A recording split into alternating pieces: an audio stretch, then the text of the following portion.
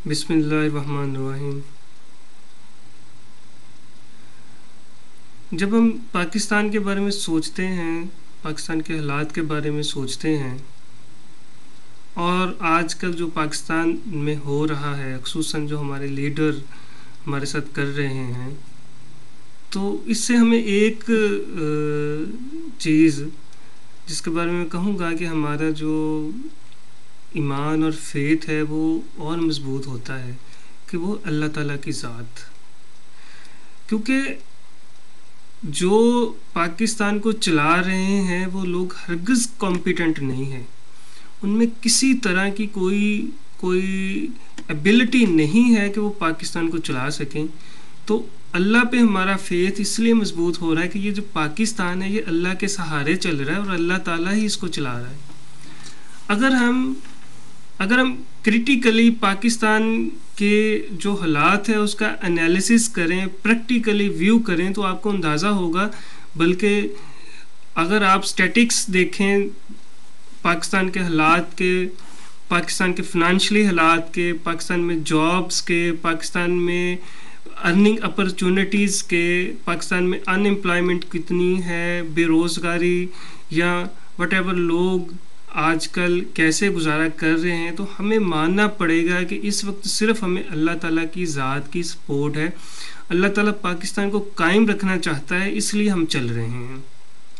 Otherwise अब देखें, पाकिस्तान उन कंट्रीज़ में है जहाँ पे नौजवानों की तादाद ज़्यादा है।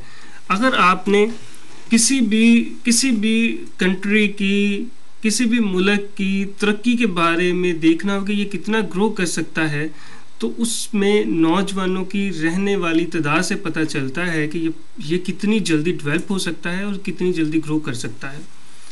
और जो पाकिस्तान के नौजवान हैं उनके बारे में मैं आपको बताता चलूँ कि पाकिस्तान के नौजवान एक बासलाहियत नौजवान हैं, उनमें हर तरह की कॉम्पिटेंसी है, उनके पास एजुकेशन है, वो टेक्निकल माइंड है। मतलब अगर क्लासिफिकेशन करें ना मुख्तलिफ हवालों से कि पाकिस्तान में जो नौजवान हैं, मास्टर्स हैं, ठीक है, उनमें यकीनन अनपढ़ भी लोग हैं लेकिन ज़्यादा तादाद पढ़े लिखे लोगों की है।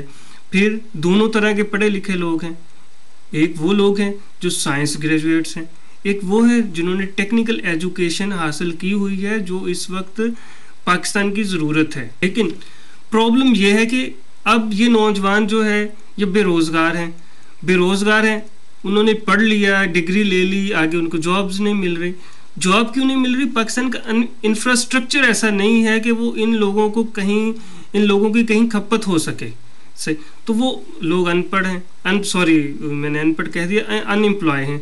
तो जब ये लोग अनएम्प्लॉय हैं, यकीनन इनके पास कोई एक्टिविटी नहीं है, और अगर एक्टिविटी नहीं है तो वो नेगेटिव सोचेंगे, और जब नेगेटिव सोचेंगे अल्टीमेटली वही हाल होगा जो इस वक्त हमारी सोसाइटी का है।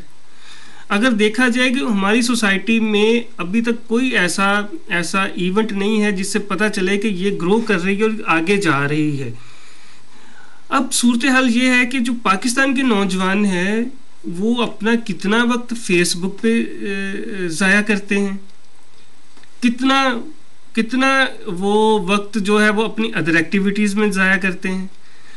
अब मैं आपको एक और बड़ी मज़े की बात बताऊं, हम कोई काम ना करें, सही, कोई काम ना करें, ये नौजवान अनएम्प्लॉय हैं, ये अनएम्प्लॉय ही रहें, ठीक है, जब तक हमारे पास सोर्स नहीं आते, ठीक है, हमारा इंफ्रास्ट्रक्चर डेवलप नहीं रहता। मैंने एक बात मान ली कि इनको अनएम्प्लॉय रहने दे, लेकिन खुदारा हमारे बड़ों को सोचना चाहिए कि इनके लिए कोई पॉजिटिव एक्टिविटी जनरेट कर दें, इनको हम इस लायक ही कर दें कि ये अपने गली मोहल्ले में एक स्कूल ही बना लें, एक एजुकेशन सेंटर ही बना लें जो फ्री ऑफ कॉस्ट काम करे। कम से कम इनकी एक पॉजिटिव एक्टिविटी तो होगी। अब सूरत हाल ही इसके मुख्तलिफ है। एक नौजवान है, उसने MSc की हुई है, वो क्या कर रहा है, अपना सारा टाइम फेसबुक पे ज़ाया कर रहा है। अच्छा, फेसबुक पे उसकी क्या एक्टिविटी है? कोई नेशनल मूवमेंट नहीं है, कोई उसके पास ऐसी एक्टिविटी नहीं है। माना चलें, ये भी मान लिया कि मैं एक लम्हे के लिए इस बात को तसव्वुर कर लेता हूँ कि जो फेसबुक है वो एक बड़ा अच्छा प्लेटफॉर्म है कि अपना मैसेज दूसरों तक कन्वे करने के लिए। ज़रा अब दूसरी तरफ इस बात पे गौर कीजिए कि फेसबुक को यूज करते हुए ये लोग कितने अपने नेशनल इश्यूज पे बात करते हैं, कितने अपनी प्रॉब्लम्स डिस्कस करते हैं, और कितने ऐसे लोग हैं जो इन नेशनल प्रॉब्लम्स के सलूशन के लिए अपनी तजावीज़ देते हैं, अपने आइडियाज़ शेयर करते हैं। कोई नहीं है। अब एक लड़का है, उसने एमएससी कंप्यूटर साइंस की हुई है, वो फेसबुक पे अपना टाइम ज़ाया कर रहा है। फेसबुक पे वो 10-12 घंटे बैठता है। वो क्या करता है, इंडियन सॉन्ग्स को शेयर कर रहा है, ठीक है, मुख्तलिफ लड़कियों के हवाले से अपने कमेंट्स दे रहा है। चलो कोई और नहीं वो कर सकता, कम से कम वो अपने नॉलेज को यूज़ करते हुए फेसबुक के ज़रिए ही लोगों को कोई पॉजिटिव एक्टिविटी दे सकता है, पॉजिटिव एक्टिविटी दे सकता है। लेकिन कैसे होगा? अब बहुत सी, मतलब जब मैं ये बात कर रहा हूँ, आप लोगों को ये बात कह रहा हूँ, तो मैं इस वक्त मल्टीपल थॉट्स इस वक्त मेरे ज़हन में, मुझे समझ नहीं आ रही कि मैं कौन सी बात कहाँ से शुरू करूँ, कहाँ से ख़त्म करूँ, किस हवाले से डिस्कस करूँ, किस हवाले से डिस्कस ना करूँ। हम बात करते हैं, जब कोई इशू आता है, हम बड़े बढ़ चढ़ के अपनी गैरत की बात करते हैं, अपने साथ होने वाली नाइंसाफ़ियों की बात करते हैं, अपने एजुकेशन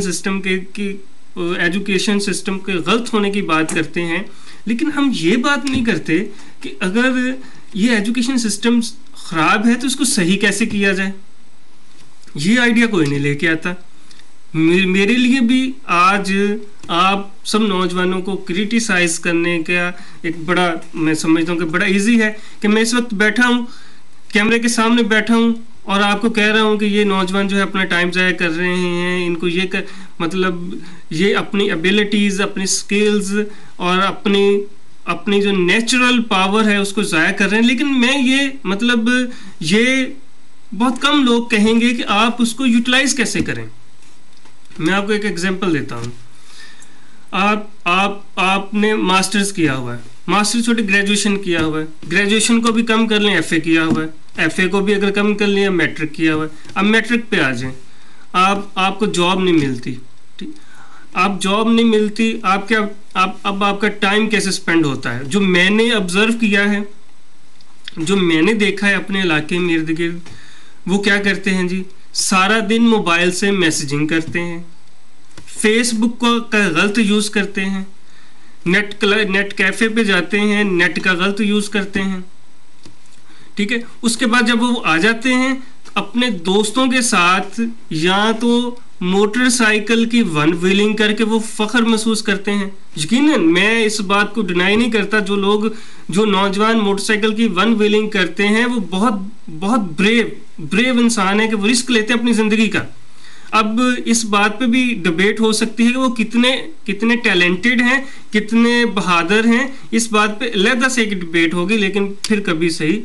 अब मैटर किया, लेकिन अब चूंकि हमारे जो लीडर्स हैं जिन्होंने हमें लेके चलना है, वो उनकी कुछ सोच, उनकी प्रायोरिटीज़ और उनका मतमय नज़र कुछ और है। जबकि यही नौजवान अगर जिसने इवन के मैट्रिक भी किया हुआ है, वो अपने गली मोहल्ले में एक पॉजिटिव एक्टिविटी शुरू कर दे, एक एजुकेशन सेंटर ही बना ले, लोगों को एजुकेट ही करना शुरू कर दे, तो उसमें खुद के नॉलेज में कितना इजाफा होगा और उससे कितने लोग फ़ायदा उठाएंगे। बिल्कुल इसी तरह जैसे एक घना दरख्त हो, वो ना सिर्फ साया दे बल्कि फल भी दे।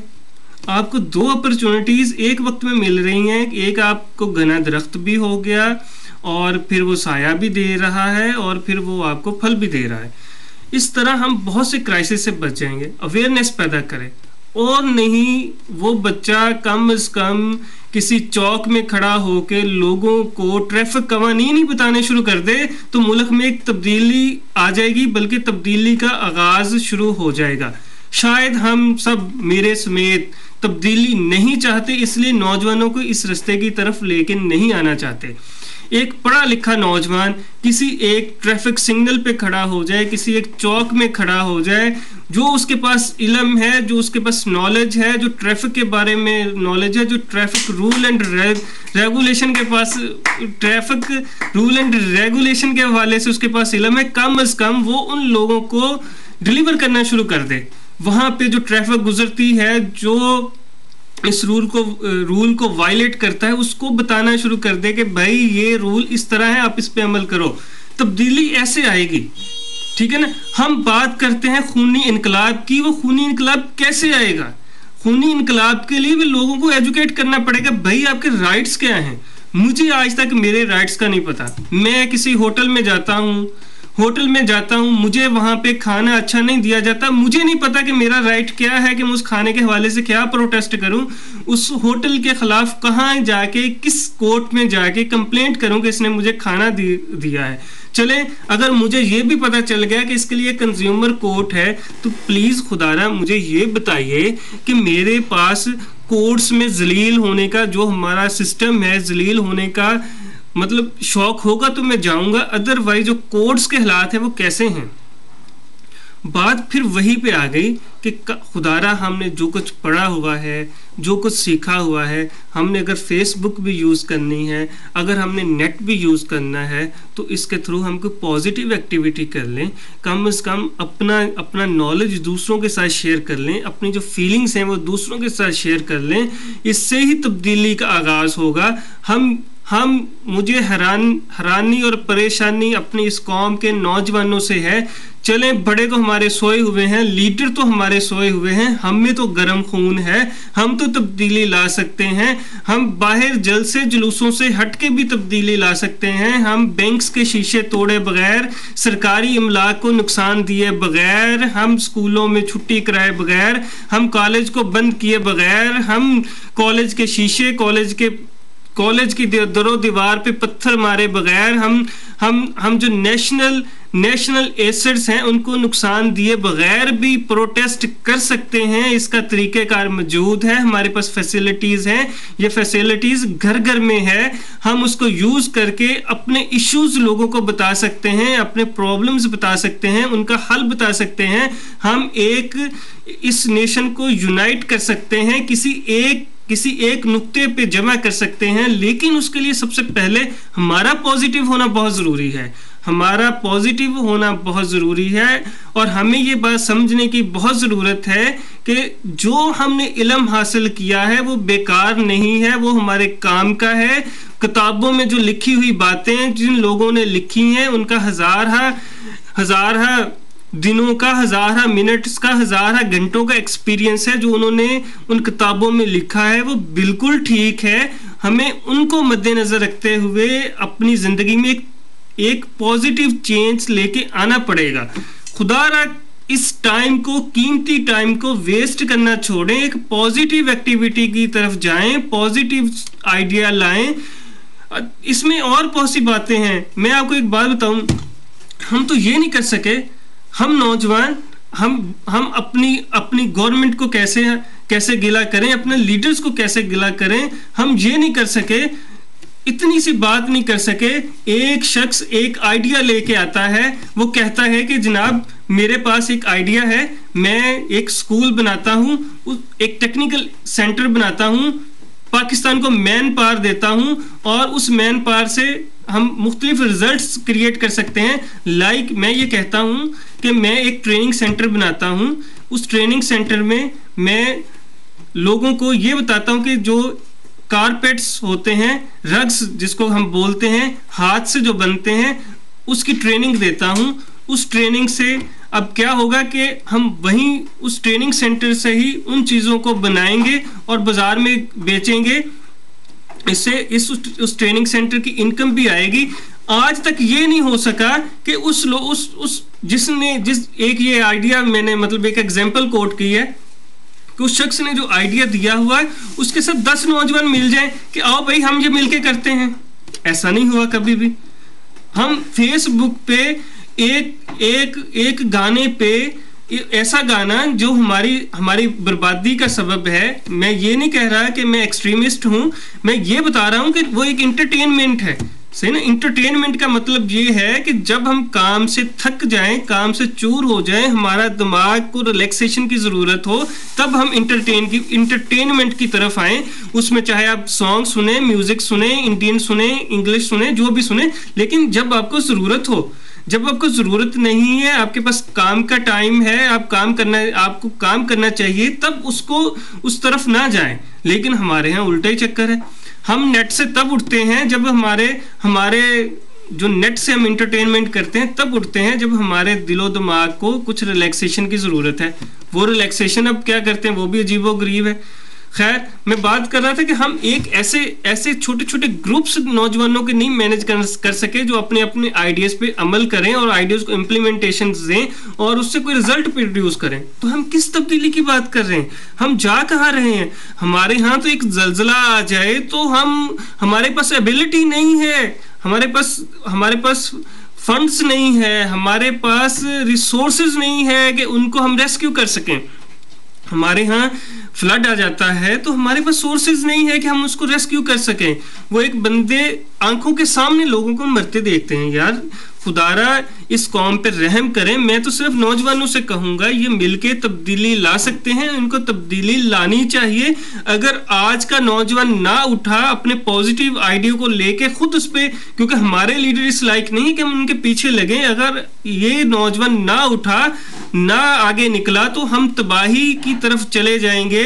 जैसे HEC का हाल हुआ है, इस पे कितने नौजवानों ने प्रोटेस्ट किया। मेरे शहर में किसी 10 लोगों ने भी बाहर निकल के एक पीसफुल प्रोटेस्ट नहीं किया। किसी ने रात के अंधेरे में कैंडल्स जला के इसका प्रोटेस्ट नहीं किया। किसी ने भी अपनी किताबें रद्दी में बेच के प्रोटेस्ट नहीं किया।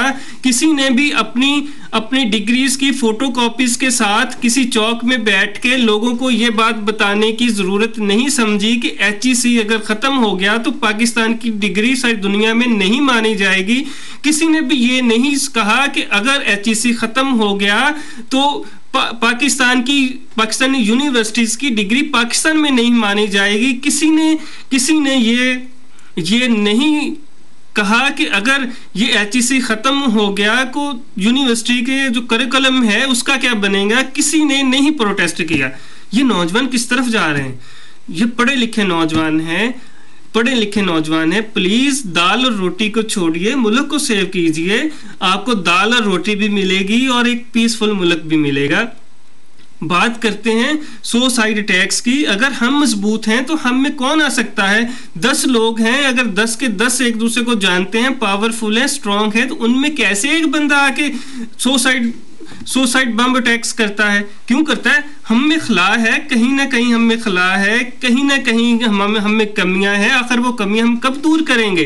खुदारा आज ही इसको अगर दूर करने का अहद करें तो फिर ही कुछ होगा। इंशाल्लाह हम इस तरह राब्ता रखेंगे, एक दूसरे से बात करेंगे और इनके रिजल्ट्स हमें मिलने चाहिए। और मैं ये एक्सपेक्ट, अब जब मैं ये चीज़ रिकॉर्ड करके ये फेसबुक ये यूट्यूब पे दूंगा, मैं एक्सपेक्ट नहीं करता इसको बहुत कम लोग सुनेंगे। मुमकिन है कोई लोग 2 मिनट सुन के इसको बंद कर दें, कोई 3 मिनट सुन ले, शायद ही चंद एक लोग होंगे जो इस पूरी बात को सुनेंगे और सोचेंगे। खुदारा प्लीज़, पाकिस्तान को सेव करना है तो हमें, मुझे, आपको, सबको मिलके इसमें अपनी कंट्रीब्यूशन करनी होगी। Thank you very much. See you in next episode.